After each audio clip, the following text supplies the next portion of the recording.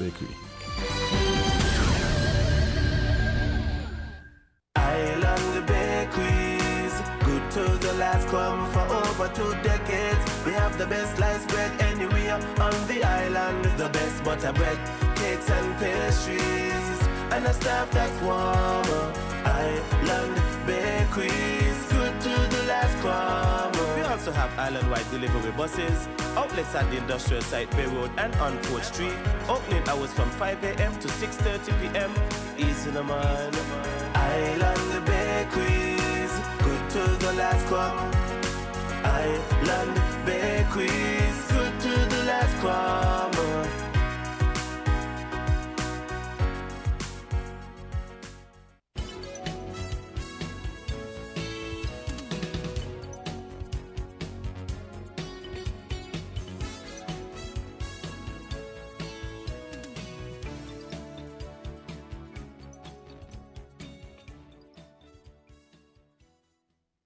WINN is 98.9. 98.9 is Win FM.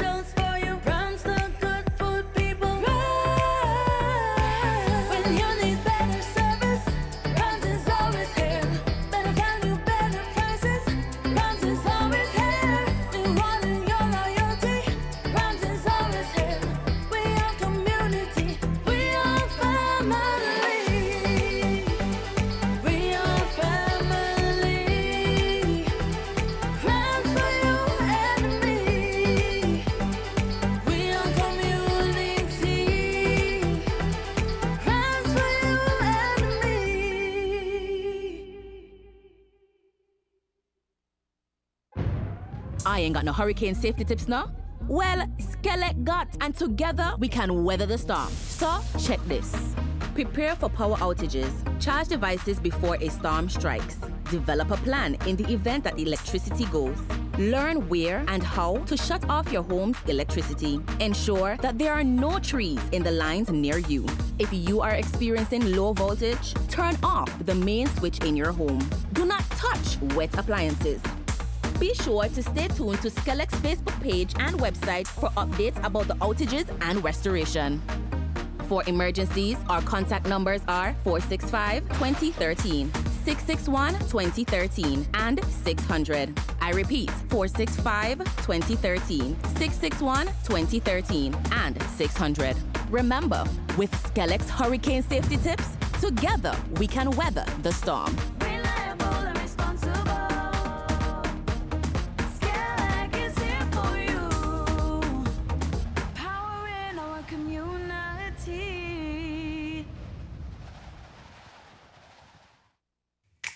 Maybe it's the way the brilliant gold liquid reflects our sunshine, or how the bright blue of its label mirrors the clear Caribbean skies overhead. Maybe it's the fresh, crisp taste of this beastly cold beer on a scorching hot day. Maybe it's even the way it brings us all together. But one thing is for sure, Carib is very much a part of who we are wherever we're from in the Caribbean. Carib. It's the way we play. Drink responsibly. Back to school is here, and Digicel is making it extra exciting. Go back to school in style with a brand new laptop. All you have to do is activate a 3-day Prime bundle or higher, switch to Digicel, or sign up for a postpaid plan, and you could be one of 2 lucky winners. At Digicel, we're all about keeping you connected. So what are you waiting for? Get ready, get connected, and go back to school the Digicel way. Digicel, better connected for back to school. Welcome to Island Tea with your faves. Keep it locked in with us for your daily dose of hot tea, only on Win Media 98.9.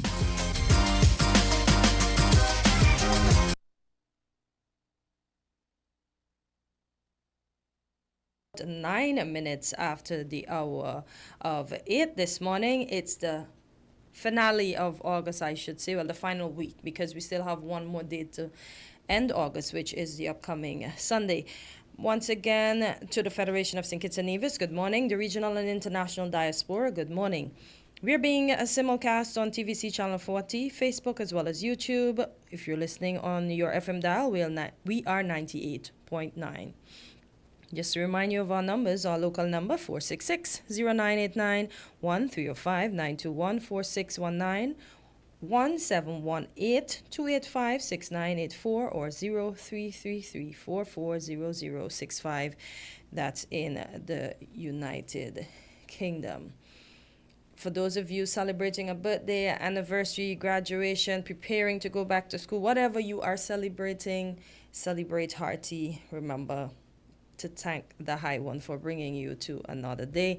And I just want to say thank you to him for bringing us to another week. As I said, the finale of August. So as we bring down August's curtain, I hope that we would have accomplished a lot during this month, and that we will continue to reach for our goals, and if we fell short, that we will push on and watch progress reign. Quint, good morning. How are you doing today?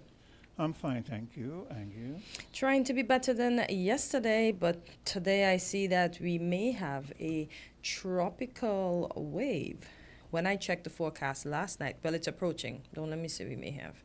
When I checked the forecast last night, it said it was going to be raining from 6 a.m. this morning, but I see that's not the case, and I see now that has been moved to 9 a.m. We expect some form of rain until around 8 tonight, but I doubt, because we forecast and we don't rain as we should. Not saying I'm not grateful, but I'm happy that we haven't had anything to cause us any harm here in this blessed Federation of St. Kitts and Nevis. Good morning, Mario, over there in Nevis. Yeah, the good thing is that man is not the creator, so the creator knows. He knows all, indeed. But, folks, the article says St. Kitts and Nevis is on high alert as tropical wave is set to bring changes to the local weather, with the St. Kitts Meteorological Services and the National Emergency Management NEMA closely tracking its trajectory and potential impact. The system, currently positioned east of the islands, carries a low to medium chance of further intensification over the next 1 to 2 days. Residents and visitors should anticipate a weekend marked by increased precipitation, urging proactive preparedness measures. The detailed forecast indicates predominantly cloudy skies, interspersed with periods of showers, and a high 70% chance of thunderstorms. Rainfall accumulations over the next 24 hours are projected to be between 12.7 mm and 25.4 mm. As evening approaches, the weather is expected to transition to partly cloudy conditions, with a moderate 60% chance of showers and a lower 30% chance of thunderstorms. Friday is specifically forecast to bring mostly cloudy skies and shower activity, accompanied by a moderate chance of thunderstorms, while residual moisture is expected to trigger additional showers on Saturday, extending the period of unsettled weather. Given that the region is entering the peak phase of the Atlantic hurricane season, it is critical that all individuals diligently review and update personal and family disaster plans. It is paramount to remain vigilant and continuously follow official local updates for the latest information and guidance. So stay tuned to your favorite weather person or to your weather channel to know what's happening. Stay prepared. As we all know, coming up, they always say prevention is better than cure, so make sure you have your goods packed away. I know everything in your life is important. Your important papers tucked away in something that's waterproof. Just do what is necessary. Stay prepared. So when anything, or if anything happens, we don't want anything to happen, that you are on the right path.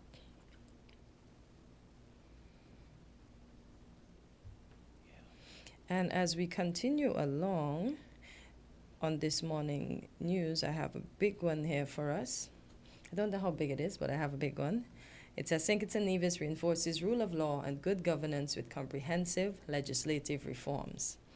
It says St. Kitts and Nevis has proactively strengthened its commitment to the rule of law and good governance, a testament to its dedication to fostering a transparent and accountable public sector.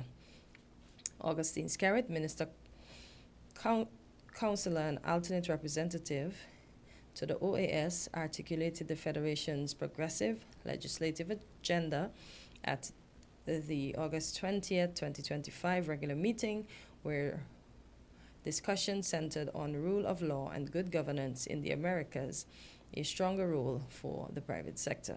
He addressed in detail a robust framework designed to combat corruption, ensure accountability among leaders, and protect the integrity of the judicial system, thereby setting a strong example for regional governance.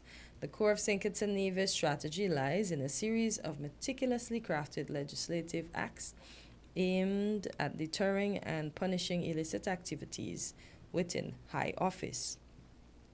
In this regard, legislation has been enacted to ensure that our leaders are held accountable and are therefore deterred from illicit activities in high office. An example of this is the passing of the Integrity in Public Life Amendment Act of 2023. This act mandates that the holders of high offices must declare their assets by April 30th of every year. In this way, unexplained enrichment can be investigated and addressed according to relevant laws. Complementing this, the Proceeds of Crime and Asset Recovery Act of 2020 further empowers the state to act, providing for the forfeiture or confiscation of proceeds of crime. The Act provides for the confiscation of tainted property and gives the court the authority to grant unexplained wealth orders. An unexplained wealth order may be granted against a politically exposed person where there are reasonable grounds for suspecting that person's known sources of lawfully obtained income would be insufficient to enable him or her to obtain the property. This dual approach ensures both proactive disclosure and reactive investigative capabilities. Further reinforcing this legislative foundation are critical acts designed to protect whistleblowers and safeguard judicial processes. To strengthen the functionalities of these bits of legislation, the Whistleblower Act of 2023 came into force in December of that year. A whistleblower is defined as any public officer who personally is aware of corruption conduct or improper conduct and who intends to make or actually makes a disclosure of such conduct to a disclosure receiving authority. The disclosure receiving authorities are identified as the chairpersons of the Integrity Commission, the Special Prosecutor, the Director of Public Prosecution, the Ombudsman, the Chief Medical Officer, or any person that the Minister may prescribe. The Act also allows for anonymous disclosures. These chairs and colleagues, along with the Justice Interference Prevention Act of 2024, serve to strengthen the rule of law in St. Kitts and Nevis. This law, better known as the Witness Protection Law, makes it an offense to intimidate, harass, or even attempt to bribe witnesses to criminal activities. These comprehensive measures collectively demonstrate St. Kitts and Nevis' unwavering dedication to cultivating a governance environment characterized by integrity, transparency, and a strong rule of law. So, Quint, what do you think about that one? Well, all I'll say is these things sound good when you hear them, but we who are living here in the Federation of St. Kitts and Nevis, we're not really seeing any real movement towards integrity in public life and other things that we need to see. Mm-hmm. It is all well and good when you go to an external forum who are not on the island. You can always verbally express anything because they are not on the ground. But we who are on the ground, we've been hearing the very same thing. But in terms of legislations as they come out, we don't hear of them before. We're not enlightened. Remember there was a big hoopla about people supposed to make sure they declare their assets at a certain time, and this this guy from Antigua who's the, I don't even remember, public prosecutor, I think it is. He was DPP. the DPP, yeah, he was Advertisement. kind of adamant about certain things, and then things just fade off into oblivion, you know. So I don't remember what happened this year when it comes to that, so I really can't speak on it. Caller, good morning. You're live on Island T. Good morning to everybody once more again, and greetings once Good more morning. in Jesus Christ's name. Yes, the only Savior of sinners from the sins and from hell, and the second person of the eternal Trinity. Now, first of all, I would like to say this. Well, as usual, I like to say we need to become a republic and get out the British Commonwealth as quickly as possible. The quicker, the better. Also, another point that I would like to make after that is this one. Now, I think I either heard it or read it. I'm not too sure. But I think the current AG, has said that he attributed to the Labour government, this present government, of going into the house and doing things in the house more than any other government before, if I remember correctly. Now, I have said this, and I have said it more than once on this station. It does not matter how much things you do for the country. It does not matter how much laws you pass. It does not matter how much projects you bring on stream. It does not matter all the sorts of things that you are doing for the country. If the cost of living is continually rising and people are continually struggling to feed themselves, clothe themselves, and that sort of stuff, and to make it worse, it is getting worse and worse. It is increasing and increasing. If that is happening, then it doesn't matter how much time you go in the house to this and to do that. You're going to still lose support. Excuse me. You're going to still lose votes and that sort of stuff. Because the first thing for people is the economy. And as in America, under Bill Clinton, they used to say it is the economy, stupid. So, because people want, first of all, to know that life for them is getting better and better. They want to know that under you, they are better off than they were before you, under whoever else. That's the first thing people want to know. And if the people feel that there was off under you than before you, you could do all sorts of stuff and boast about it. You're going to still lose votes, and it's going to make it even harder for you to win next time around. And this is something that all of our politicians need to know, not just the present government, but all the others, because I've seen all the others make the same mistake over and over again, only to get voted out over and over again, because they just don't understand this fact. And I would like to end off by saying, well, I would like to say this. Thank God that he has spared us from the worst of these weathers. And I hope and pray to God that he will continually do so, even though we don't deserve it, even though we deserve the worst. Mm-hmm. And lastly, I would like to say quickly, I would like to say lastly, unless we do things the Bible way, things will only be getting worse and worse. So we need to repent biblically and start to obey the Bible. You know, that is where our solution and answers are for all of our life. Thank you very much. God bless you all. All right. Thank you for your contribution as usual. yeah, as I listen to Greg, I wonder if it is really a mistake.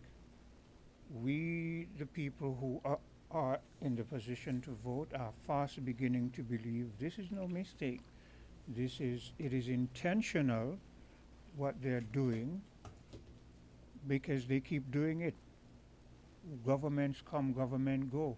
This can't be a mistake. This has got to be that you just want to get in there and do as you want, and then you go out and you're financially well off. That is my conclusion. And a lot of individuals are fast holding on to that belief.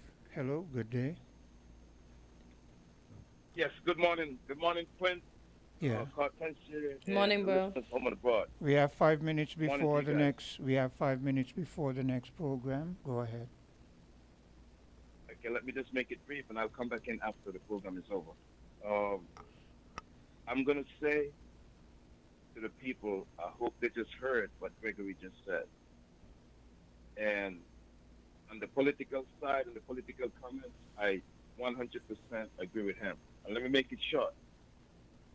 The leader, the prime minister, when he came in, he should have stayed focused and coming with a brand new entourage and leave all of those oldsters, especially all of those advisors he has around him. Let them go and enjoy their pension and bring in some, younger qualified persons. The word younger may offend some people, but remember, I said qualified as well. We have a lot of young students went abroad and came back to make their contribution to society. The Prime Minister should have thought about bringing some of those persons on board. And lastly, the two fundamental goals, tasks for the Prime Minister as a leader, and I'm going to go down the vein that Gregory did, is to unite the people and improve the quality of life of the people. And if the Prime Minister and the leadership of our country can't do that, then when next election cycles comes around, we should vote them out. Thanks, and you guys have a good day. I'll Well, come back in later on. before you go, you said that the Prime Minister should have come in with a whole new entourage and get some young people. Apart from the minister from number 6, I think it is, all the rest, you can correct me if I'm wrong, all the rest are young people in the cabinet. Yes, he might have had some older people as advisors, and I will agree with you that some of them perhaps should be changed. But the main emphasis is that the majority of the ministers are young ministers. So what do you say to that? Well, I just want to put the focus on younger people, period. I want the younger people to get involved in the political affairs of their country. But as you pointed out, yes. If you say younger people, period, that is a mistake, because younger people, period, means right now we have younger people, period. We don't want younger people, period. We want younger people who have the interests of the country at heart. Okay, there you go. And if I may, I stand corrected as well. Yeah. And I'm going to still align with you, but I'm going to say, like you were saying, the younger persons who might be there already, I just want to emphasize. And I said that to say this. Collectively. I said that to say this, that it would seem so far that the younger people, period, who are a part of the present incumbent, they don't seem to have the interests of the country at heart, one. Number two, they don't seem to be able to bring new ideas apart from going into parliament and passing all kind of bills that we the people can't see the benefits of. And some of them geared towards pulling the wool over our eyes, like this recent one, so where you put in the word sustainability, but we can't see where it's going to be sustainable for us. What we see is that when the end of this, someone will end up, if it doesn't come true, someone is in the Federation of St. Kitts and Nevis, or otherwise will wind up with a lot of land that should have remained in the hands of our indigenous people. So, Quinn, we're gonna come back after and talk about that in a Okay. little while. But hear this before you go real quick. When you guys just was talking about cricket that like Saturday, I think that was. Yeah. And the spin bowler is coming into you.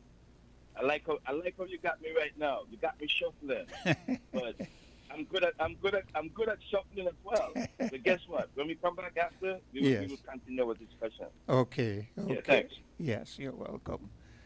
Yeah, Hortensia, you can go ahead. I haven't heard the chime of the doorbell, so Oh, just about a minute off. yeah. I was sent the topic for today, but as you said, we didn't hear anyone just yet. So hopefully they're on their way. So at 8:30, or at least by 8:31, we should be having traffic talk. I saw Clint just leaving his seat. So they're here?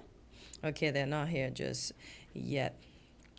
But I saw something about, because the land is gonna continue. I don't know. As we say, we don't know if it's true. We get the information, but We don't know if what is true. we just take it with a grain of salt. And I We got know- some we information know over the weekend. We know the recent bill is true.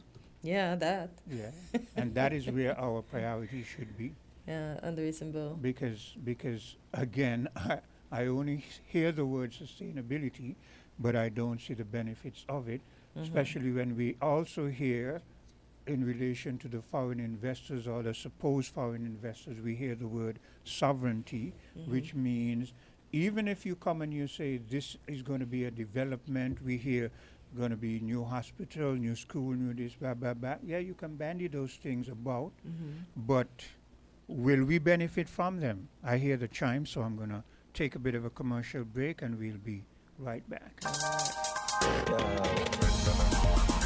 We're different. We're 98.9. 98.9. Win FM.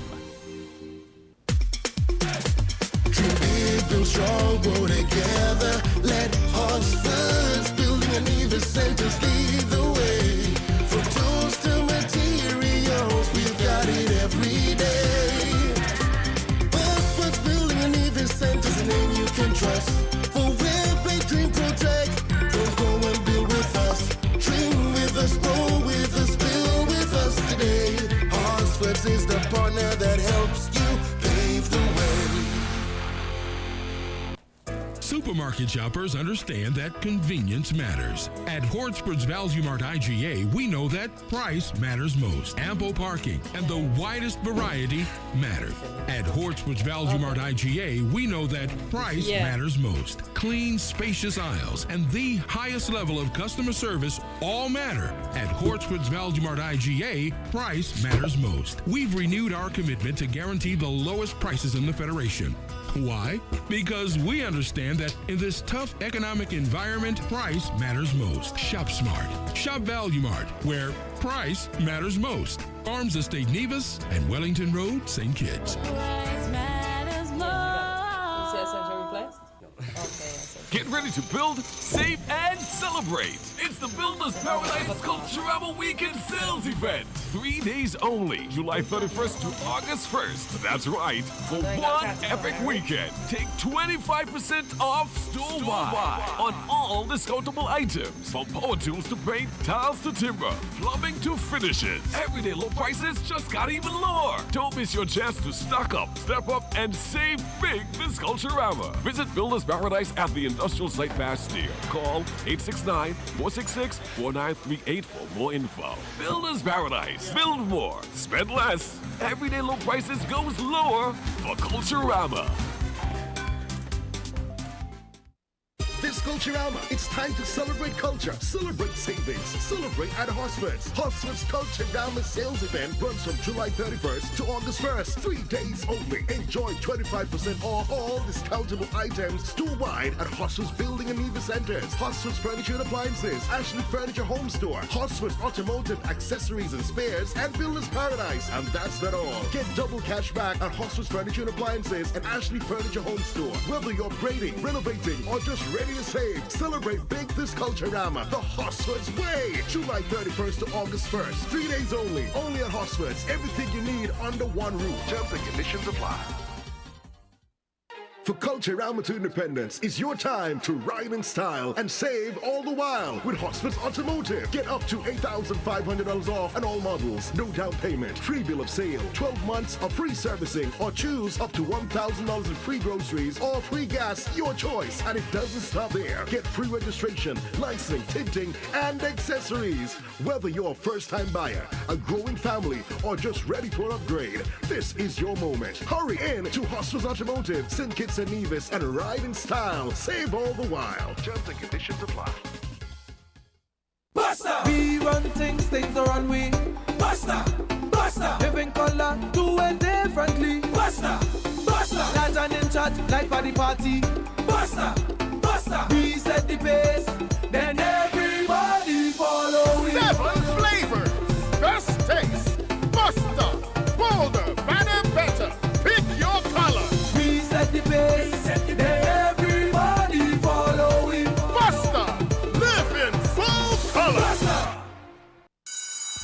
Back to school is here at Harper's. Yes, Harper's, it's where it's at with the widest selection of school and art supplies for all schoolgoers, from the tiniest preschooler to the big cool college students. Plus, everyone can enjoy a 10% discount and a chance to spin the wheel and enter our grand draw in September. And the bonus is, our friendly team is looking forward to welcoming you again and again and again. For more information, call us at 466-6500. Yeah, we got that. If you need protection, you need one who you can trust to secure your investment. You need one who'll do you just. TDC Insurance, you're the one that you can trust. TDC Insurance, you're always safe with us. TDC Insurance is your go-to insurance company for all your insurance needs. We take pride in offering you the best solutions and ensuring our customers are fully satisfied. TDC Insurance, we take good care of you, guaranteeing you peace of mind. You're always safe with us. Welcome to Island Tea with your faves. Keep it locked in with us for your daily dose of hot tea, only on Win Media 98.9. And we are back on Island Tea, and as promised, we have the officers in studio with us. Good morning to Officer Donnelly, and good morning to Constable Bell. Welcome back to Island Tea, and I have the topic here with me. Lord, when you get in old and looking like you need glasses, it's permitting another to drive when not covered by insurance and taking without the consent of the owner. And it says in brackets here, both are arrestable offenses. So good morning. Where shall we begin? With the lady or the gentleman? Good morning. Ladies first. Good morning, and as usual, as long as I'm in the studio, we're going to give God thanks. Heavenly Father, we come before you humbly at your feet, thanking dear God for another weekend pass, thanking dear God for spirit life this morning. Thank you, God, for life itself. Thank you, God, for giving us another opportunity to breathe and to say thank you. We want to thank you for friends. We want to thank you for family. And today, dear God, as we go to this program, may we have listening ears and receptive hearts. May the persons who are near, those who are far, those who listen to us via social media, may what we say this morning, dear God, bring some clarification, some clarity to some persons, and for some persons to get the knowledge and the information. And dear God, we want you to bless our nation, bless the persons who are our leaders, those persons who are in charge. Give us grace, mercies, all these things we ask in your name and no other name. Amen. Amen. Yes. And so we want to thank the general public for always listening to our program, because, as we would always say, our program is not the same. And so Mr. Bell this morning, he's no stranger to us anymore, and so we would allow Mr. Bell to take lead in the program. Yes, good morning, general public. Good morning, Clayton. Good morning again. Engineer. As you stated, today's topic, or topics, permitting another to drive when not covered by insurance and taken without the consent of the owner. Both offenses are arrestable offenses. Okay? Permitting another to drive when not covered by insurance, this is governed by a different act than the Vehicles and Road Traffic Act. Okay?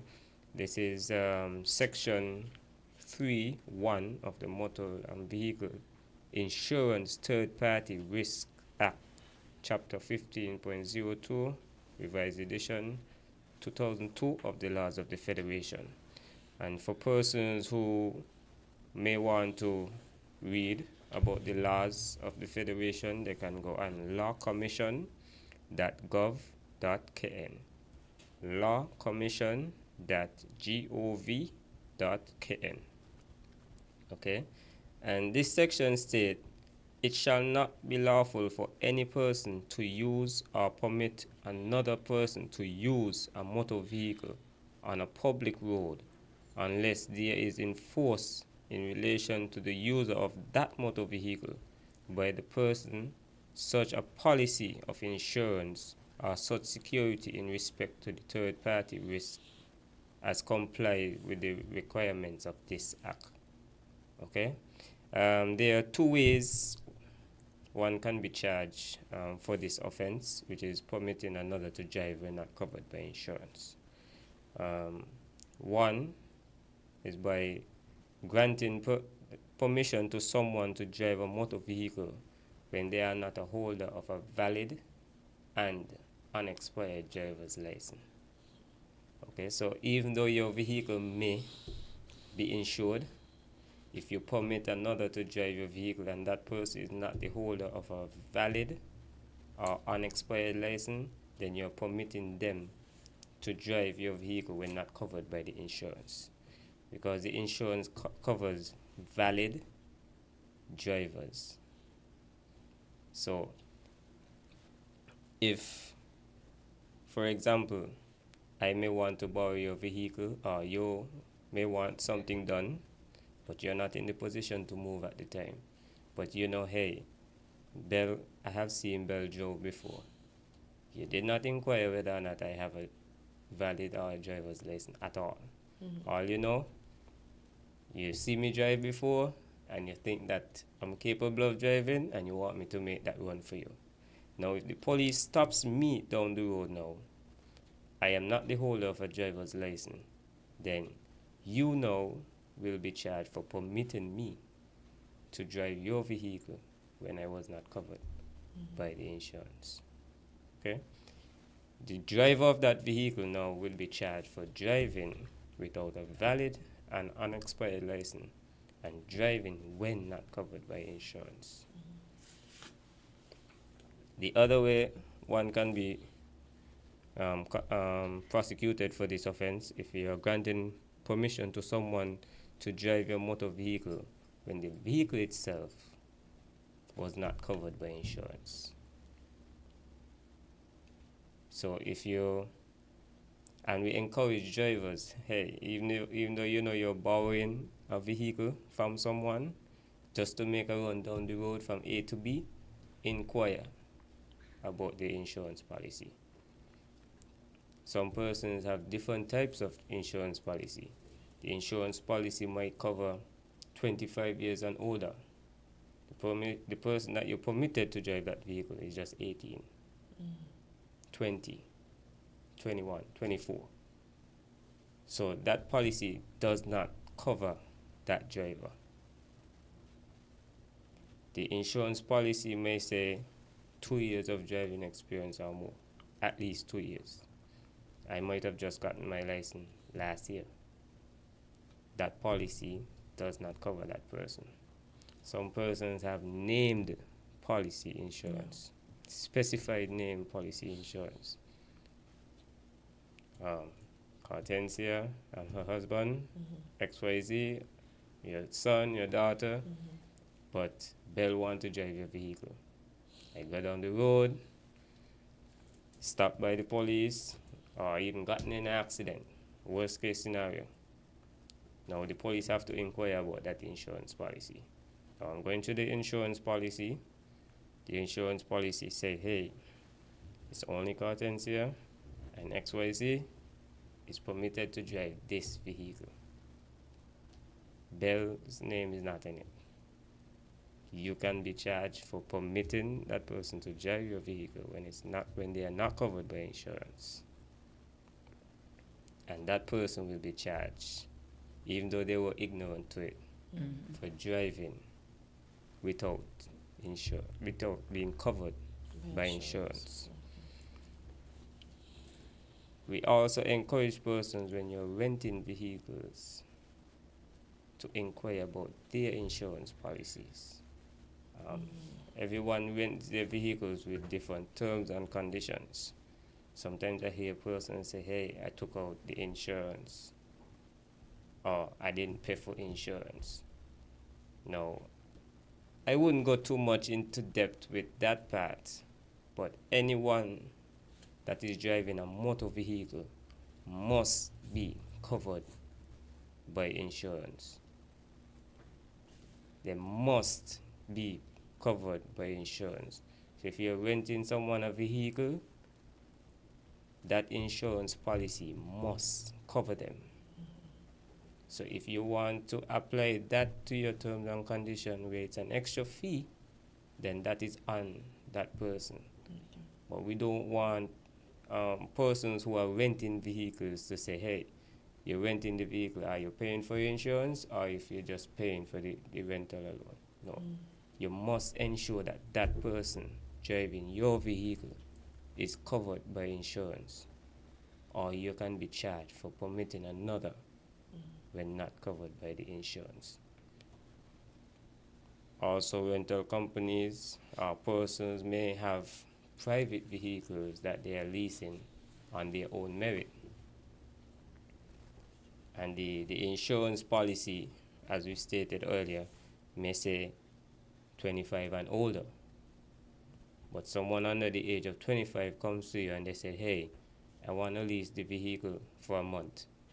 Now, you normally charge maybe $2,000.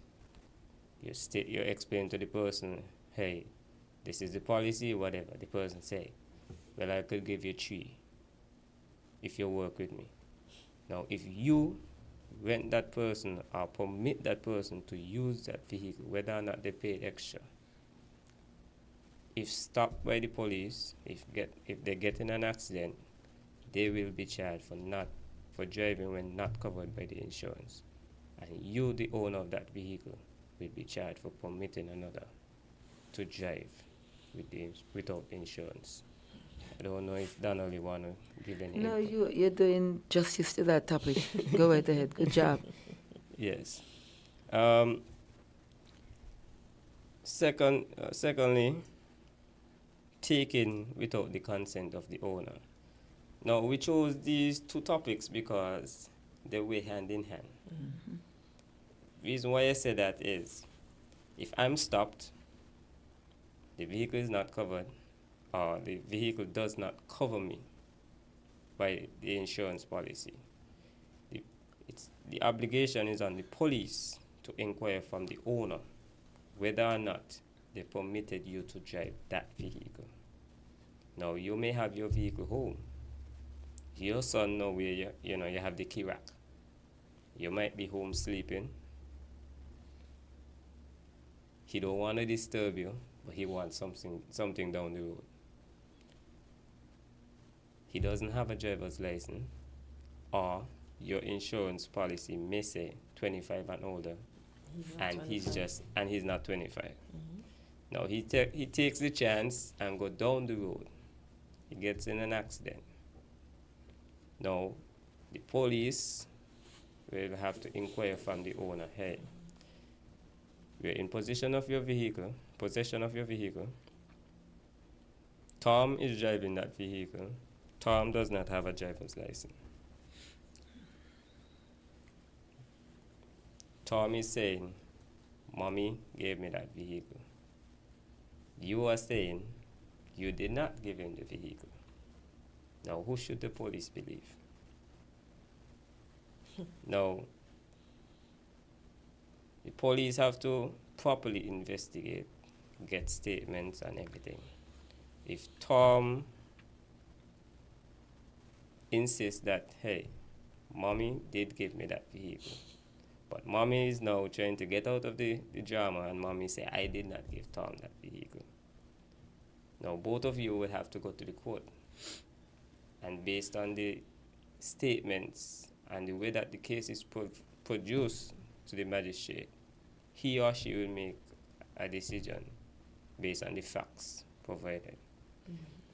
If Tom said, hey, Mommy was sleeping, I took up the vehicle to try and make a run down the road, and mommy say, hey, I did not give Tom the vehicle, then the police still would need a statement, a signed statement. So in the event the matter goes to the court, and the story change, we have facts to say, hey, Tom said mommy didn't give him the vehicle.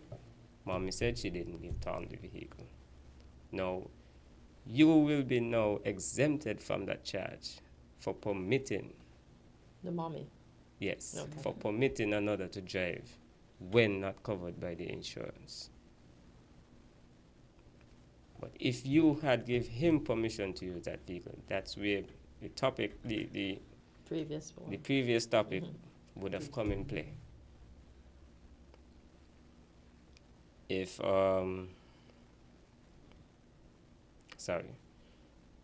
if Tom gets into the accident, Tom is saying nobody gave him the vehicle. You're saying you gave him permission to use the vehicle. Contrary. But based on the statement of the owner, the police would have to take that in writing and provide that before the court. So even though Tom is trying to pull you out, but you stated you did give Tom the vehicle, then you will be charged for permitting him.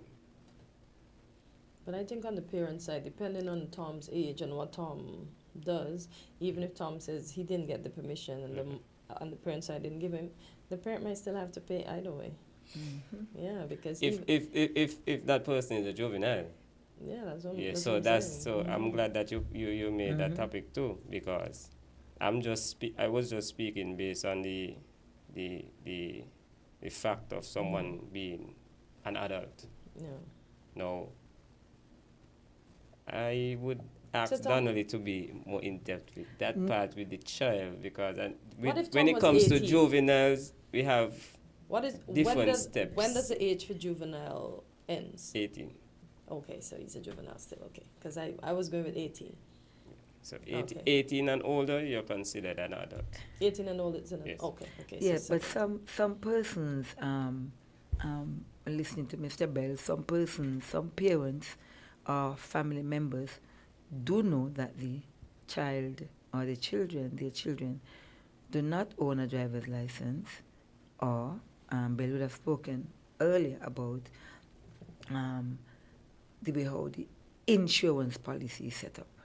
And they know that the child or their children don't have the authority to drive because of their age or because of how their insurance is set up. And they still allow the children to drive. Should a parent allow a child to drive? Should they teach their children to drive? No. No, Okay. you must Alright. you must be an instructor. Okay. A licensed instructor. And to be an instructor, you have to. That's another topic, because to be an instructor, you have to do an exam and all of that stuff. So even though you buy a permit, and I'm glad that these topics are coming up, because all these lead to these charges. No. Go ahead, Ben. I might have a license, own the vehicle, for example. You're trying to teach your son how to drive. He's 17, you know, and you want as he get at 18, he can drive.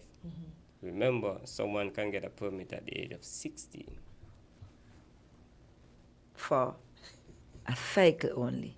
Or to learn to drive. Learn to drive at 17. Oh, learn to drive at 17. Oh. So that So thanks for the clarity. Yeah, yes. Thanks for the clarity. Because that 16, that permit at 16 is so you can drive a motorcycle, a scooter. Okay. But 17 to learn to drive, and you cannot sit in that vehicle unless an instructor is sitting next to you. And all of this, and like Mr. Bell said, all of this collaboration, Yes. you know, with the taking without consent of the owner, permitting to drive without insurance, all these is one big topic. Now, the taking without consent of the owner, some parents know their children do not have a driver's license and they still allow them to drive.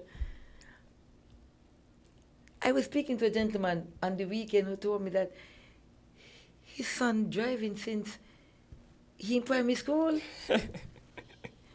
And I'm saying, so these are the things that we don't want our children to grow up, but let us go according to what the law requires, what the law says.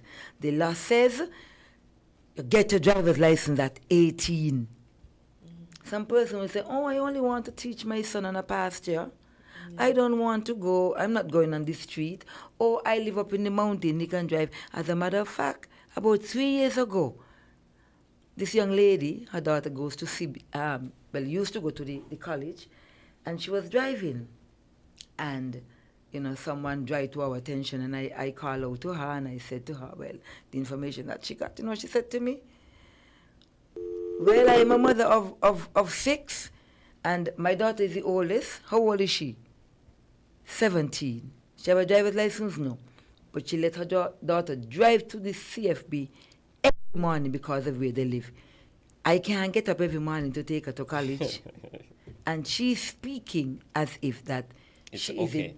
It's okay. It's okay. Yes. And that is the reason why when we as police officers come across these situations, the children operate a particular way because they figure, oh, well, my mom is on my side, my dad is on my side. And when you have these conversations with parents, the attitude that they give you is as if that the police is wrong. Yes. And so we are asking the members or the taxpayers or the general public to be mindful of the children who are even grown-ups, because they're not only children, they have grown-ups who do not have a driver's license, and family members still allow them to drive. Yes. Caller, go ahead. You're live on Traffic Talk. Good morning, Donnelly. Good morning, officer. Good morning, host. Good morning. It's quite interesting and always important to educate the public. But when you think of these things, these laws that we have, they sometimes make me think that they are so interesting in the fact that those who go into Parliament and pass these laws, if these laws will cover themselves, like when they have instructors to sit beside you for you to get a driver's license and all of that, it is good and it sounds good. At the same time, someone who have so many years experience cannot sit beside someone and teach them to drive. So that tells me that, Donnelly, your driver's license is not valid, because I guarantee you that no instructor sat beside you. It was somebody who had some driver's license and gave you instruction and taught you to drive. So do I. So many people don't think it. But unfortunately, that have changed.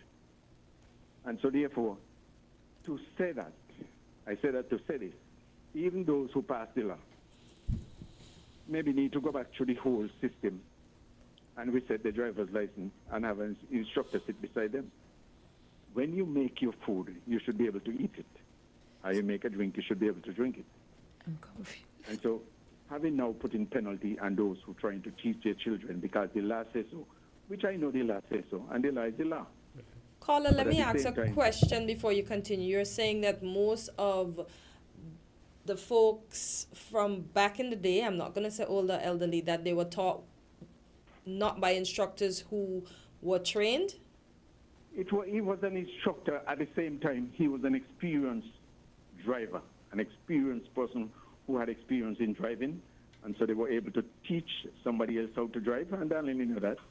All those police officers know that. Those who are at a certain age know that. And that is how you obtain your driver's license. You have Officer Donnelly confused here. She's not clear on it. That's why I asked that question, because I'm trying to figure out if you're saying we didn't have trained instructors back then. If it is he was puzzling me too. If it is either that the person is an instructor or they are not an instructor. That is what we're not clear. In those days, we did not have what you call certified instructor. If you notice, Stanley made a statement by saying that that person had to do a test, an exam, a special exam, even though that person have been driving for years and have many years experience will still have to sit a certain exam before they could sit beside a person who is learning to drive. Okay. She, if I'm clear on that statement that she would have made, she's there, she could answer. So I just want to clear this here, that it was like that before. But now, I'm not even sure what date they put that in place, but it's just recently, maybe if it's gone, maybe 10 years, I doubt it's gone 5 to 10 years yet, but it's just recently that you have to have an instructor. A parent who have had 10 years cannot sit beside their child while they're driving with a permit. No more. It have to be a paid instructor. And so they set it up that it become more of a business now than what it really is, because sometimes those people who also can drive better than the instructor. Okay, well, before Dana, after Dana respond, I would give an input, but well, he directed it to you. Yes, well, I got in 1989, October of 1989, and I had an instructor. Kenyon Sutton was my instructor then, and it has always been that you have to have your driver's license for more than 4 years before you teach somebody to drive. Now, in all fairness to the caller, the part with now you have to write an instructor's exam would have just come into play maybe around 10 years ago. But you must know, you always have to have your driver's license for more than 4 years. So I cannot get my driver's license today and teach you to drive. It doesn't matter how experienced you think that you are getting your driver's license after a year. You still cannot teach anybody to drive unless you have your driver's license for more than 4 years. Yes. And the point he was making in terms of because someone might have gotten their license from somewhere on a prior, on before the law was changed, I don't think that is valid, because as laws change, things change. So even though you had it before, when the laws change, it is effective for people from this date onward. Exactly. Yes, and if I may add, changes must had to be happen, because if we had just continued with, if someone has a license, they can teach someone to drive. Based on the experience of the police, persons just have people who don't have license driving the vehicle, and just have a licensed person in the vehicle in the event that a police stop for them to just say. So use that as an excuse to say they're teaching the person to drive, when in fact the person is just driving on their own merit, not learning or anything like that, but just trying to use that excuse to say, hey, I was teaching him how to drive. And that if we had continued with that, then they would have been manipulating the police. Well, I could understand that latter point you just made, but I am kind of a little bit concerned still, because I feel, for instance, I don't drive, I can't drive, was never really that interested. But let's say I could drive, and I have a child, and I have, where I live, there's a reasonable bit of land there. So you want to tell me I am a licensed person, I'm insured, everything is above, but I can't teach my child some rudimentary things within that, Before Donnelly, she's ready to respond. We should let her respond. Remember, the law said on a public road or a public place. So once the public has access to that area, it now becomes a public place. Okay. I will not. That's a topic. That's a whole topic. This whole instructor's license and teaching people to drive, that's a topic. And so maybe Bella and I can make a note, and so we can use that as a topic at some point. But because we want to get the point across about persons taking without consent of the owner, because that's our topic for today. And so we appreciate the caller. And so we can promise you that we would have that as a topic at some point. Could be next week. So I think we have a call. You want to take that? Yes. Caller, go ahead. You're live on Traffic Talk. Yes. Good day again to everybody. Now, I would like to make a suggestion, but it really and truly it is based upon the last Traffic Talk program. the last traffic talk program, it was said that if police come to take measurements and you feel that they ain't take a measurement, you, the driver who got in the accident, ain't take a certain measurement, that you can recommend to them to take this measurement and that measurement and so on. Yes. But you can't do that if you do not know how the measurement system goes. So I'd like to make a suggestion. If one of these time when they come to do the traffic talk, if they can give us, the public, a crash course on how police measurements go in accidents, so that we can get a better idea, so that if any driver feel that the police have not taken a certain measurement which they believe they should take, they can recommend it. But because you can't recommend something if you are ignorant of it. Okay, thank you. Yes. Thank you. Just explaining it verbally will not do much justice. It would help, but just as for example, when we're explaining the roundabout, persons ask for video or pictures to properly explain that. That crash course may have to be physically. Okay.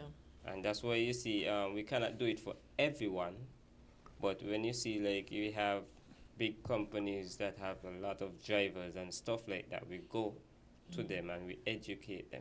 How about making a video? So government, you have to put in a little extra money in the traffic department, so you can make demo videos. Yes, and it would have to be with different types of accident, because the different types of accident determine the different types of measurement you may need to take. Okay. But yeah, just get them to make some demo videos. See, I just petition on behalf of the traffic department. Yeah, so people might understand, because the more education you have out there, people can't say they don't know, because you would have provided that. They still would say they don't know. I know, but at least you would have tried. That is true. Yeah. So I think the demo videos would be nice. Yeah. Yes. Y'all become little actors in between. Okay. Yeah. I understand. And that's why I appreciate the compliments that we get as traffic officers, because it's not really our duty to educate the public. We have to enforce the law, because ignorance to the law is no excuse, because the law is provided for everyone to see it. And that's why every time I come, I tell them about the website where they can go and get it digitally. You know, because persons wouldn't want to go to government headquarters to buy this big book and just have it there rest down, when, you know, everybody modernized now. You have your tablet, you have your phone, where you could just, you know, get it faster. You know, so they could go on the website and get it. You know, so, but the educating is essential for us to help our job be a little more easier. But sometimes you realize the more we talk, the more the problems. Yes, so. But that wouldn't deter us from coming out and educating the public. Okay, but the police job is mainly to enforce the laws. Okay. And it's good to educate first. Yes. Yes, you educate. So they can't say they don't know. Because even though some of them do know, they say they don't know. Yeah, that's why I say it's essential. Yeah, it's essential for us. Wrap up. Yes. And so before we leave, we want to, even before this program, we always encourage the owners of motor vehicles, family members, for you to be respectful to the law and not take chances on having persons driving your vehicles they're not covered by insurance, and driving your vehicles if they do not have a driver's license. And I think the law should change and make persons get their driver's license from the age of 21. And that is just how I feel. So that persons could understand the seriousness of a driver's license. Some persons get their driver's license and they're eager. They can't wait. They come to write the written exam and they fail, and the way they operate, you know. And so let's just take our time. Let's just take our time in doing the procedure as it should be done. Let us take our time in getting your driver's license, driving somebody's vehicle when you should, not manipulating your parents, not taking up your parents' vehicle when they're sleeping, their key. Parents not allowing your children to drive by themselves if they are not 18, or you get a permit at 16 and allow them to drive a vehicle, knowing very well that the permit at 16 is only for a motorcycle. And so once you help us, we help you, we work along together. It's a team thing, it's a whole community, it's a whole nation building. And so we ask the persons out there to work with the police. You yourself must be responsible. You have a sense of, you too have a responsibility to bear when it comes to you being responsible enough to know that this is the law, and so we cannot go against. And so we're asking the general public to just be mindful, act in accordance, and do the right thing. Yes, well, for my part, I'm taking out a bit of what Donnelly just said with the permit at 16, permitting persons to drive motorcycles. No, I think there should be some adjustments to that also, because if they're going to just provide a permit for someone at the age of 16 to drive a motorcycle, we have to understand that they are users of the road also. And if they are ignorant to the rules of the road, then they will cause accidents also, because if you realize a lot of these accidents are with motorcycles also. And the problem that we are facing, that they can't just go and get that permit at Inland Revenue to drive the motorcycle, but they're ignorant to the laws of the rules of the road. They don't know. They're not competent drivers. They don't know the rules of the road. They just get up and they're permitted to drive a motorcycle. They go down one ways. They do everything wrong. So I think I think, you know, with them being permitted to drive motorcycle, we should at least give them a crash course or put them through a more smaller exam. If it's not an exam, a workshop for them to understand the rules of the road, because someone just getting up and get a paper and they're gone on the road, it's a hazard. But I thought I heard from maybe one of my sons that there used to be a test where you had to make the figure 8 or yes, that is when you're getting the motorcycle license. Oh. That's when you're getting the license itself. About the permit. Okay. Yes, yes. Good.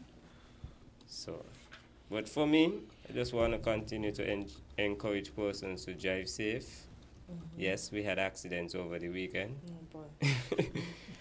But that's why they're called accidents. You know, I don't think anybody would intentionally want to get up and crash their vehicles. But some persons are reckless with their driving, and that's the cause for the accidents. But, you know, we just want to encourage persons to, you know, continue to drive safe. You know, if you're ignorant to the law, especially with the traffic laws, no officer at the traffic department ever turned down anyone from educating them.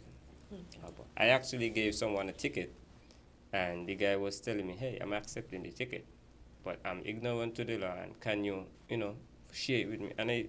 And I was able to pull it from my phone fast instead of going through a book.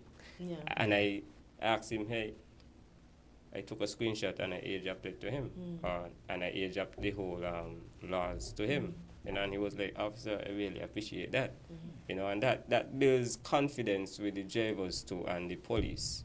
You know, so we're not just out there to try penalize person. We want them to understand the reason and understand the offenses that they committed. Okay.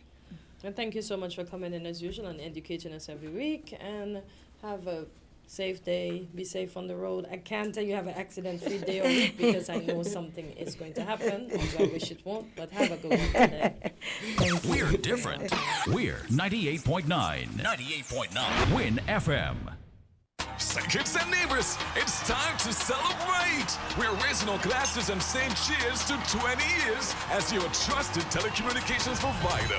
And because we love our amazing customers, we're giving you the chance to win. Every week, we've got exciting prizes just for you. And that's not all. Step into a cash vault for a shot at $2,000 in cash. To qualify, switch to Digicel, activate a 3-day plan or higher, pay your bill in full, sign up for postpaid or a new Digicel Plus internet package. Stay connected, keep enjoying the best service, and get ready to win. 20 years strong, and we're just getting started. Visit a Digicel retail store today. From the time that you taste it, man, you know that it's greatness. Some ice in your cup, tell your friends link up. You know that we liming. Signal the bartender. No, we don't need chaser. But if you want, it could mix with anything. We drinking Stones ginger wine, the original ginger wine. We drinking like I say, Stones ginger wine. Greatness is forever. Back to school is here at Harper's.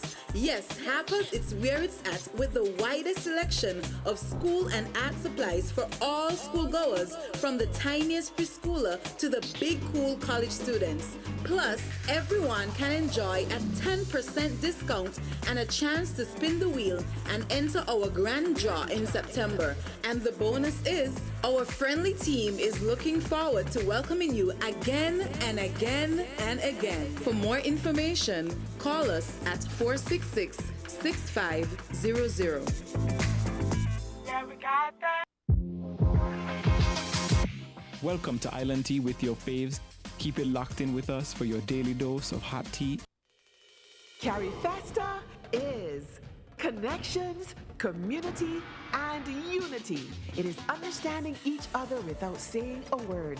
Separated by water, united in purpose. One voice, one story, one song. Carry Festa is we thing. Come for Carry Festa 15 in Barbados. Book your stay now at visitbarbados.org/Carry Festa. Got itchy palms? That's a sign. Money could be coming your way with Scratch and Win from Caribbean Lottery. It's the easiest way to win instantly. No waiting, no fuss. With tickets starting from just $2 up to $20. Win over $35 million in prizes. The higher the price, the bigger the prize. So scratch today for your chance to win up to $200,000. Available at Caribbean Lottery agents island-wide. Must be 21 years and older to play. Carry Festa is the whole region looking good, and the whole road is rerun with. It's in the way we walk, it's the way we talk, it's the way we move. We ready for the world, and when we step out and pose just so, it's pure style and fashion. Look away! Come for Carry Festa 15 in Barbados. Book your stay now at visitbarbados.org/Carry Festa.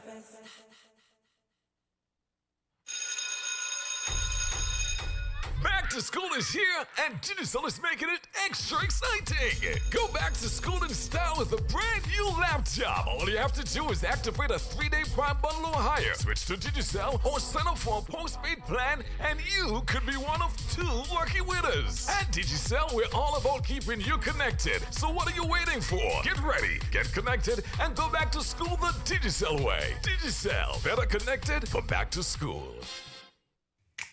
Maybe it's the way the brilliant gold liquid reflects our sunshine, or how the bright blue of its label mirrors the clear Caribbean skies overhead.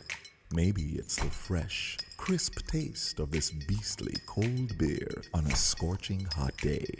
Maybe it's even the way it brings us all together. But one thing is for sure, Carib is very much a part of who we are wherever we're from in the Caribbean. Carib. It's the way we play. Drink responsibly. When can I open my eyes? Not yet. Okay, open. Do you see what I see? It just looks like land to me. It's our land, son. A wise investment that will grow with you. Invest in land with CIBC Caribbean, and we'll give you US $250 towards your valuation cost and 50% off your loan application fee. With CIBC Caribbean land financing, you can choose to build, hold, or pass on to your children. Visit CIBCCaribbean.com to learn more. Conditions apply. Welcome to Island Tea with your faves. Keep it locked in with us for your daily dose of hot tea, only on Win Media 98.9. Back on Island Tea, and Garfield, to answer your question, yes, it is. And as we continue along our program, I noticed that our friends over there in Israel has I don't know if it's a continued fight because I just saw it, but I see that they are now on the Houthis in Yemen because they said the Houthis sent a cluster bomb their way. Yeah. So the fight just continues all over, and during the weekend, as I continue to watch what's happening over there with the Palestinians in the Gaza, I noticed a mother talking about her 5-year-old daughter, and to see what the child looked like before to what she looked like now because of starvation, it hurts my heart.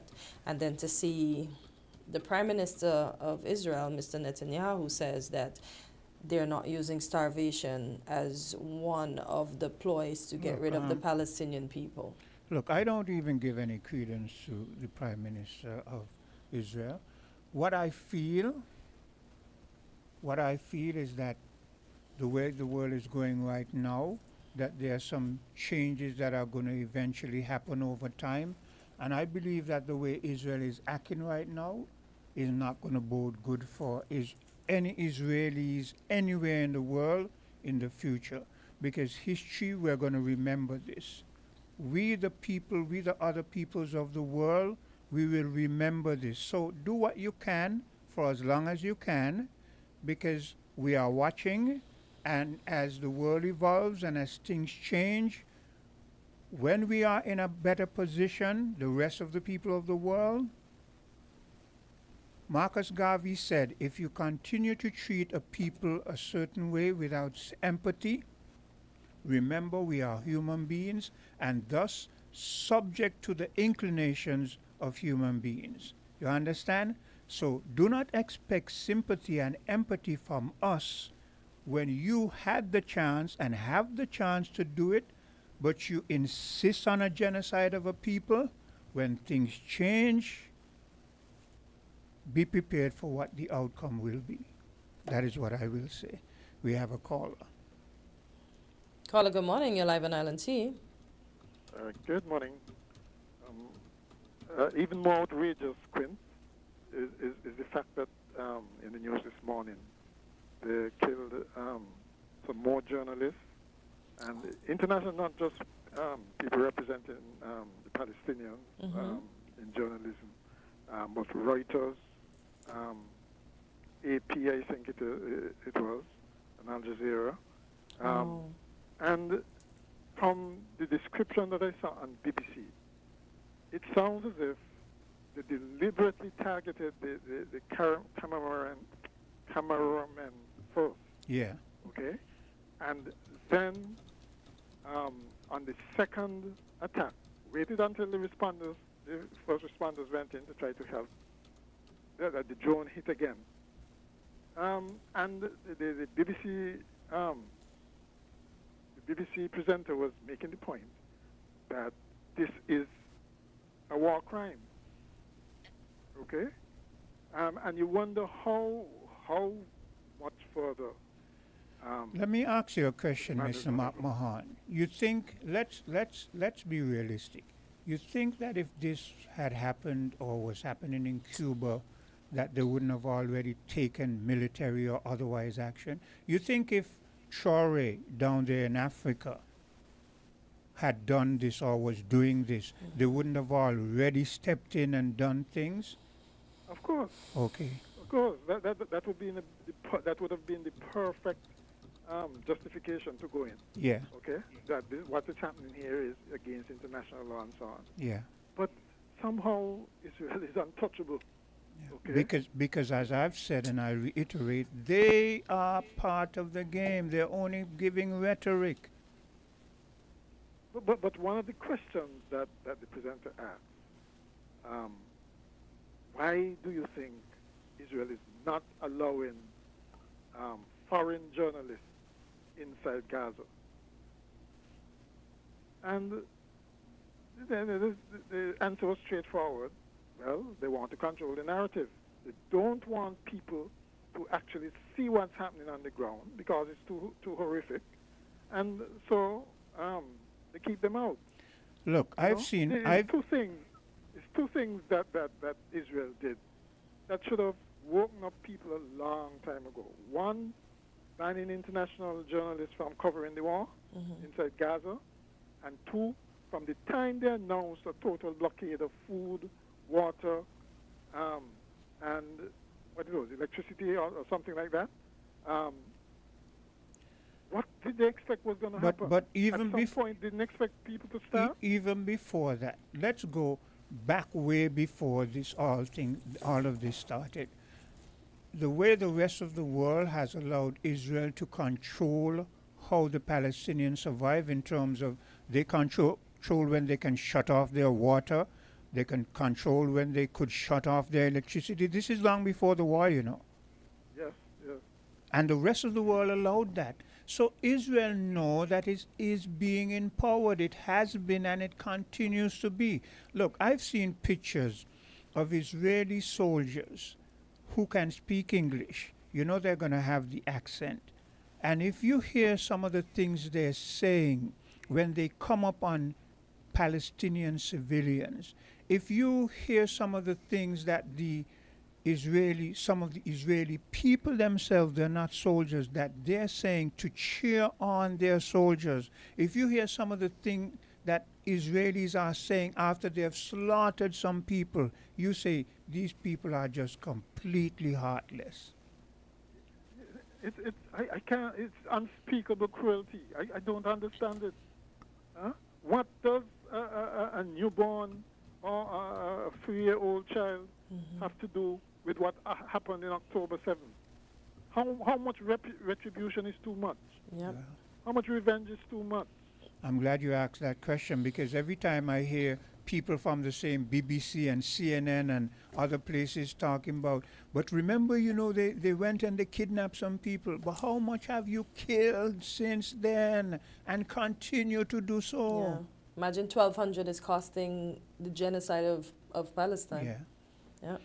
Upwards of 60,000 killed Yeah. already in the Gulf. Well, they're looking to how many have been clear injured? out everybody because he's saying they're not using starvation as a ploy to get rid of the Palestinians, but that's a lie, a outright lie. We're seeing it every day. When you're going to blockade this and blockade that, what are you doing? You know, I'm going to say like Greg now, right? If there's a God above, he would say there is a God above, and he's going to exact the ultimate revenge, because this is just outrageous now. Yeah. You know. This is why I say. This is why I the world, and the thing is, right? Somehow the world just keep making these platitudes. They know what's going on. Everybody knows what's I going tell you, on, they want right? it to happen. But Look. they are totally afraid. Look.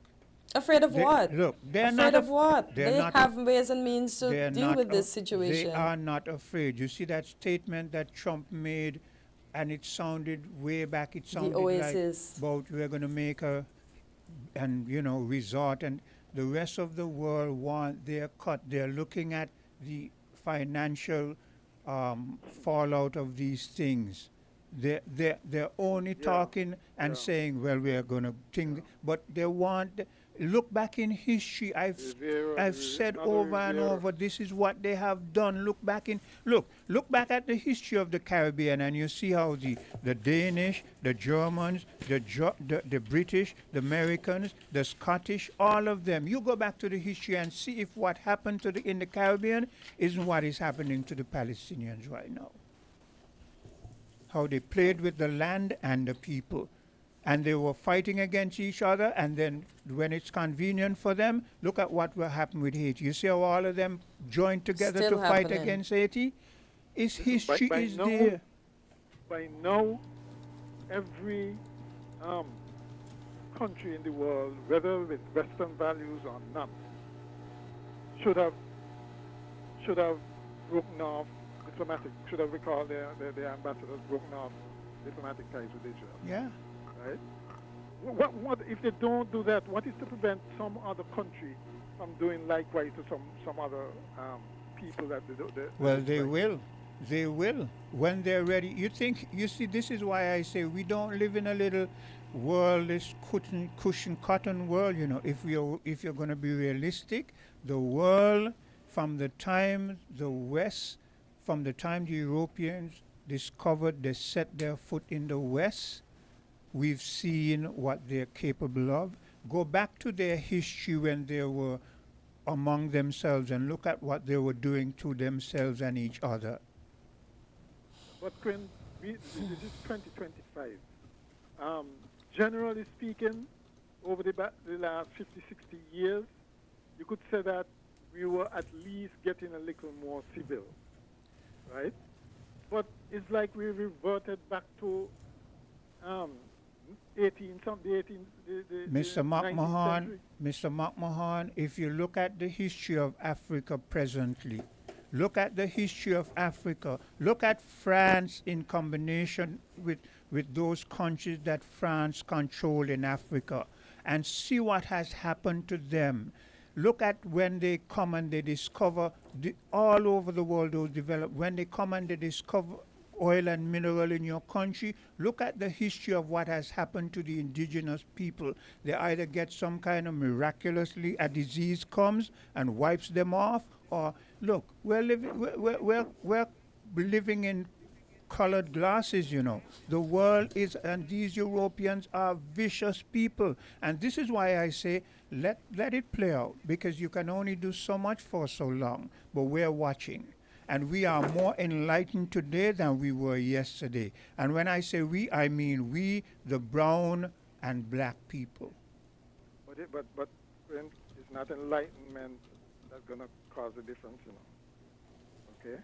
What you're looking at is that they are not afraid to use the raw power that they have. So when I say we are enlightened, what you think I mean? You heard my statement about what Marcus Garvey said? You could say the people in Iran were enlightened too, you know. This is not just about, sometimes I don't want you to trivialize a part of my statement. I want you to take it broad, because I didn't just say enlightenment. I quoted Marcus Garvey. A lot of people do. I had a book, I can't remember the name of the book.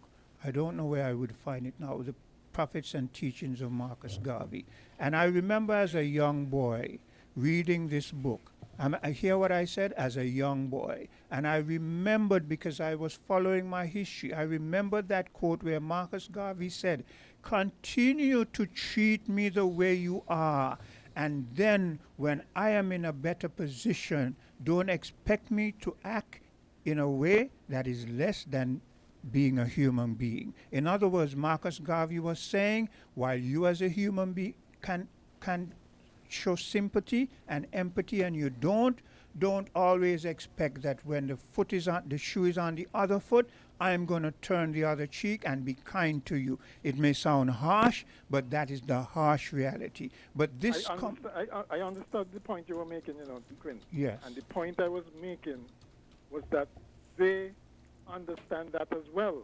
And that is why they are prepared to do whatever it takes so that you do not get in that position. We To will. me, that's obvious. It's inevitable, though, you know. They can do whatever they want. Look, they have nuclear weapons, and if they want to turn to where they use nuclear weapons, see, here's a hard, harsh reality.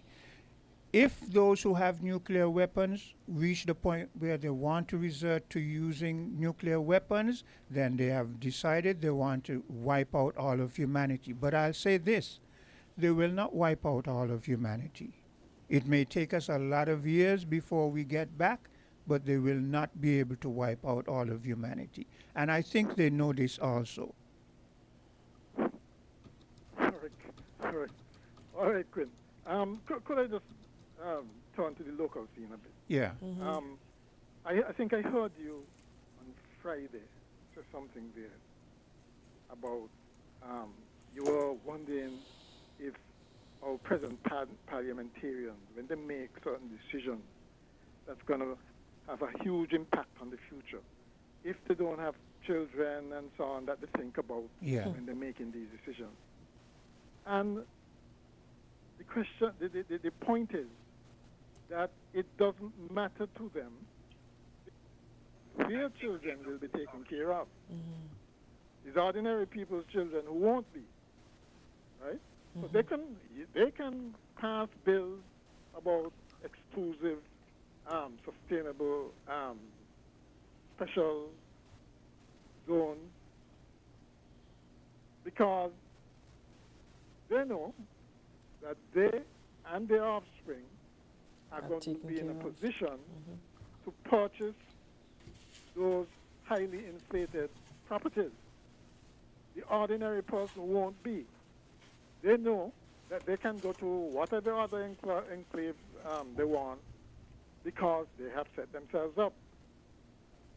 Let me ask you. So it doesn't matter. Let me ask. Doesn't matter to them. Let me ask. I agree with you. It doesn't matter to them. But let's again look back at history. And I'm going to give you some harsh facts. When slavery began, the real, using of slaves as collateral, and they passed the law for chattel slavery and all of that. Prior to that, there were a lot of black, not a majority, but enough, black wealthy owners, who had land and even owned slaves. But when the law was passed that blacks were relegated to being chattel slavery, you know what happened to all of those wealthy black people who had land and property and even owned slaves? You know what happened to them? What happened to them was, from the law was passed that blacks have been relegated to being chattel slaves, people started to kidnap the very children of these rich blacks and even kidnap these rich blacks. And they took them from the state where they had their wealth and put them and transported them into another state, and then said that they were slaves. And they could not do anything about it because the law had been passed and all the Caucasians saw were black people. Even, let's go further. Remember, if you follow your history, there was a time when if a black had purchased their freedom, you could walk with your papers and all of that. When the chattel slavery law was passed, that didn't even count, because when these people came and they kidnapped you, they destroyed your papers. And then when they took you into captivity, you could say all you want about your free slave and you had your papers. So I am saying to these who think, you think if it reaches a point where, let's say St. Kitts is now completely majority Caucasian people, and their children, these black children, their wealthy black children can live in these enclaves, how you think they're going to be treated? These people are fools. These people who don't see the real history. Yes, that's the whole point. Yes. The current crop of leaders we have, they're very superficial. They only see things in terms of money. Yes. You can win elections with money. You'll be all right as long as you have money. And it's unfortunate. There's no ideological grounding. There's no consciousness. Everything is about a narrative, a photo op, putting your view outside there, and hoodwinking the masses of the people. Anyway, Mr. McMahon, there's another caller waiting. I think it's Burl. Burl, is that you? No, it's not Burl. Okay. It's me, Greg. Great. Yes. Well, thanks for your patience. Well, I wanted to speak on a local issue, so I want to speak on some local issues. So if you and McMahon were talking like the Israeli thing, and so y'all could continue. Because Well, we've moved away from that. Mr. McMahon has been addressing the local issue, so you if you want to interject, you can do so. Yes. Okay. Well, as I said, well, first of all, I would like Jennifer Lee, the lady who does sell she drinks out of the cooler on 4th Street on Fridays, at least I know on Fridays. And the lady that she told me also about who was run off the beach with her. I really would hope that they by now are able to go back on the beach to do the massages and barbecue and so on, so that they could continue making their living on the beach. I hope the government should do this, because the beaches are owned by the government. So I hope the government would reconsider them and allow them to go back on the beach to make their living. Jennifer Lee and the other lady who she told me, and the others as well, as manners have been, I think, hinting of or implying of as well. Now, the call that I made before the traffic talk, I said that doesn't matter what the government does, if the cost of living continue to go up under them, then they will lose votes and they will make it harder on themselves to get re-elected. Because really and truly, like I said, during Clinton time, they just say it is the economy is stupid. Well, I realize that the government loves to make the excuse that it is all outside factors that are increasing the cost of living here and that they cannot do nothing about it. That is the excuse that they don't make. Well, I would like to say that excuse is not true. Yes, outside factors have a lot to do with it that are out of our control. I would recognize that, and I say yes to that. But I believe most of the factors are due to domestic government policies and laws and that sort of stuff that they could do a lot about to help bring down the cost of living a lot. And one of the things that they must do, there are other things as well, but one of the things that they must do is to take away all of the government protectionism that they have given to agents so that anybody can bring in anything and sell whatever they want. And they will not be harassed by government to say you can't sell this because XYZ is the agent of this or that. And that would increase a lot. That would increase the competition a lot in the federation. That's one of the things that they would and have to do, because decreasing taxes ain't enough, and you won't see the full benefit of decreasing taxes until you get rid of government protectionism that they have given to the agents. So all of these things must be done. So it is not true in any way. Let him finish his point. Yes, so it is not true in any way that the rising cost of living in the Federation is only due to outside factors and nothing domestically. That is not true at all. Most of it, I think, is due to government domestic policies.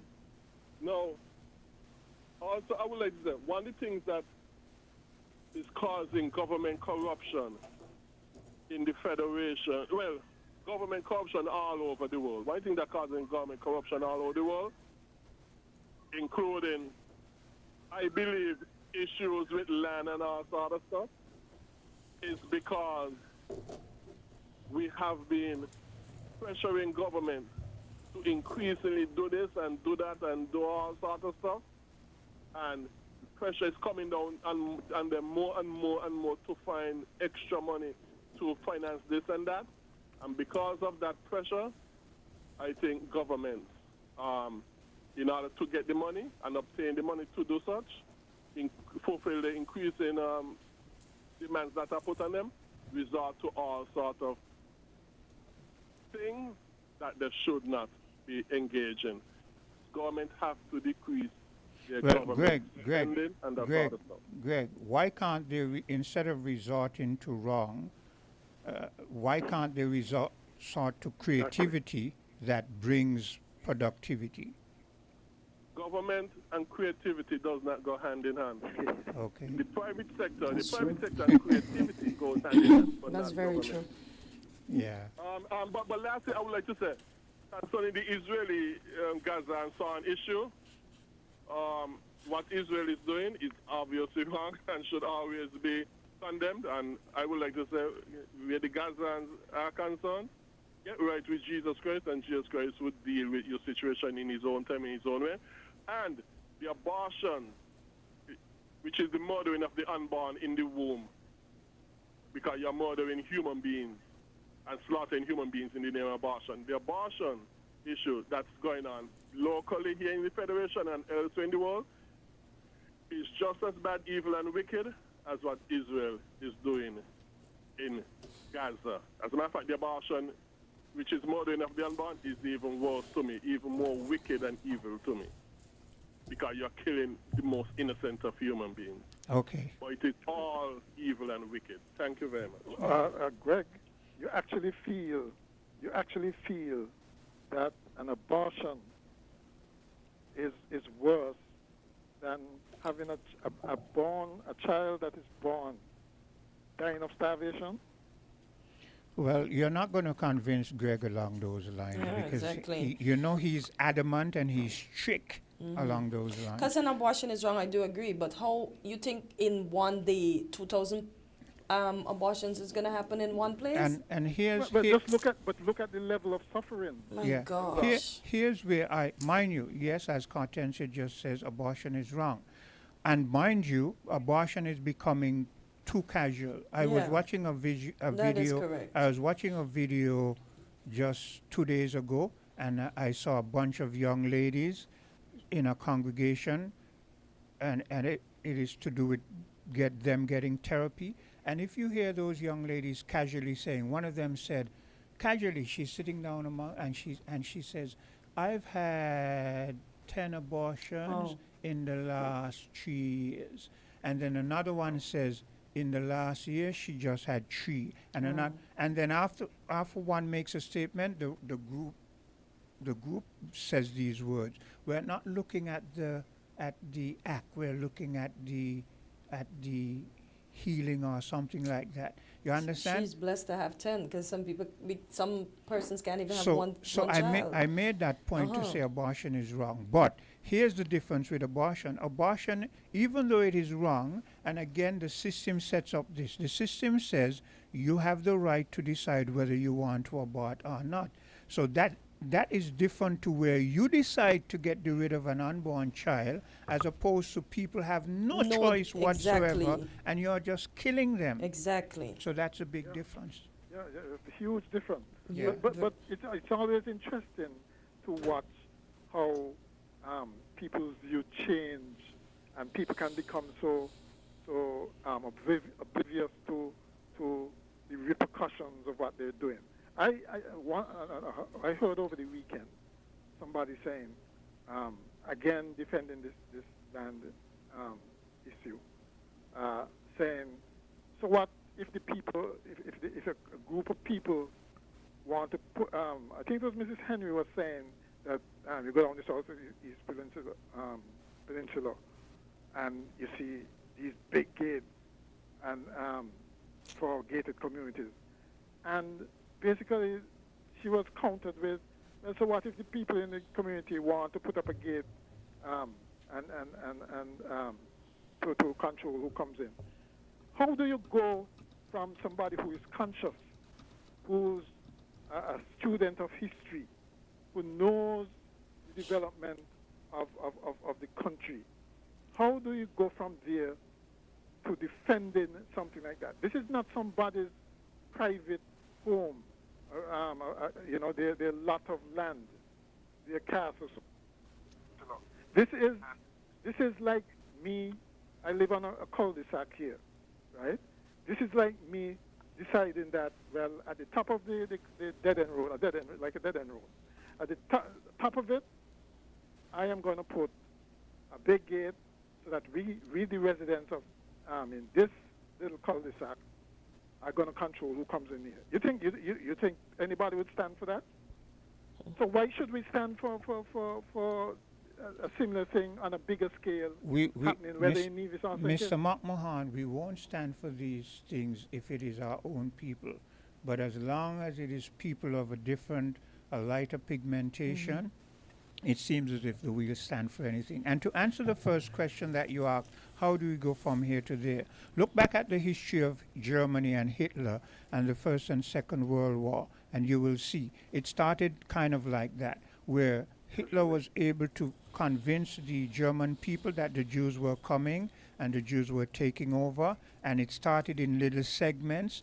And the reason I make this point is this: as long as someone, which I'm using Hitler as the example here, is in a position of power, there are people who will align themselves with him because they're looking at what will benefit them. Yeah. But you see what it did to Germany in the end? So we should be more concerned than we are about what Trump is doing with the National Guard in the cities. Most definitely. So that's the creeping thing. That's what I'm saying.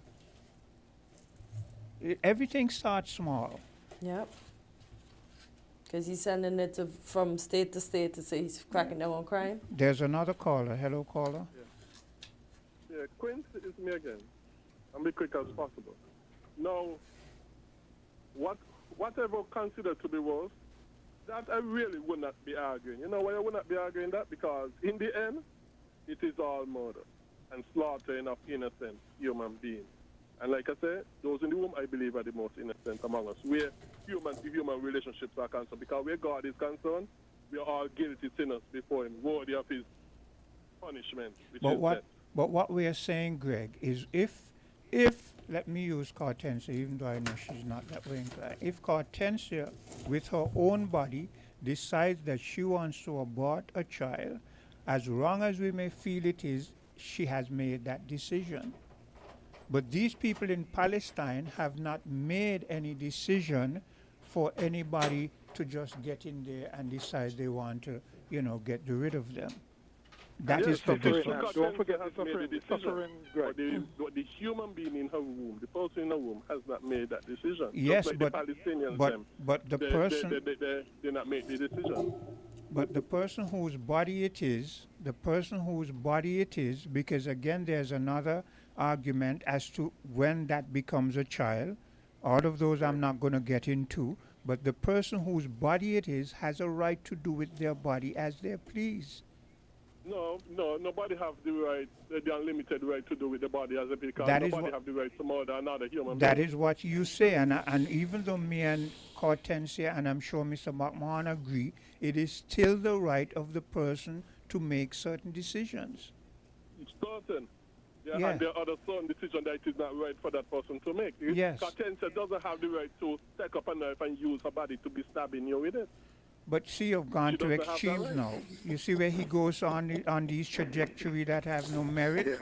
We're just trying to get to one thing, Greg. Allow us to get to that and he one does thing. that all the time. Yeah. No. Same way, likewise, she does not have the body to murder a human being, whether in or outside of her.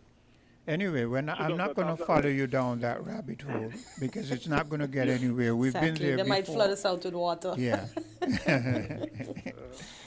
But I'm just waiting. I'm just waiting for the this is end of month. Yeah, I'm waiting for the press conferences and so on. There's actually going to be one tonight at 8 p.m. Someone just gave me the information with Mr. Brantley. He's going to have a special speech. So let's tune into that so tomorrow we can discuss first-hand information and not second ones that were given to us via varying outlets. To hear his spin on the whole thing. Yeah, well, I'm glad you used the word spin because that is what I'm not even going to listen.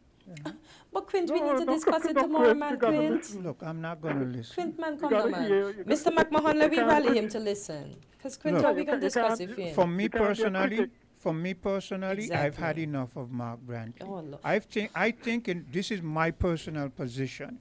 When if a baker comes and he tell you he bakes cake, and you say, yes, I'm going to give him a chance, and he tries and he keeps making mistake, for how long will you allow that baker to continue making mistake before you tell him, go, I'm going to get another baker?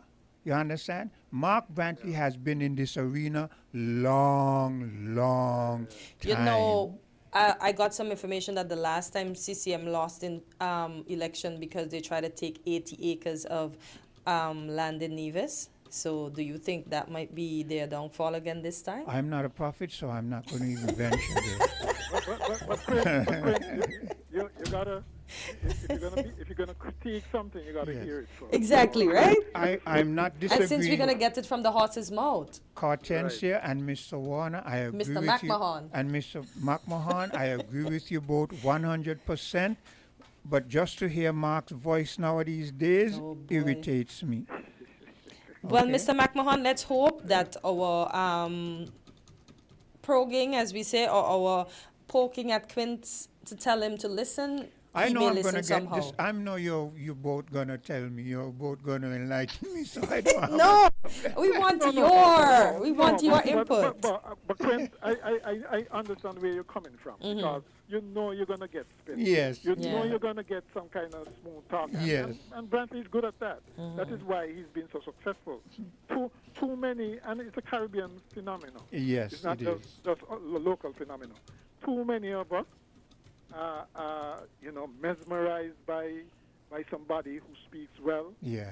Somebody who is smooth talking and says all the right things. Carton says it's like, you're being quoted. You like to hear a lot of nice things and so on. And there's no sincerity and so on behind it. Yeah. It's the same thing. You get these smooth talking politicians and there's no substance behind it. And that, unfortunately, we fall for that. Yeah, so we're gonna Okay. wrap up now because we have voices coming up next, and the host is already here. So it has been good. It sure has been. Yeah. So any parting words, Hortensia?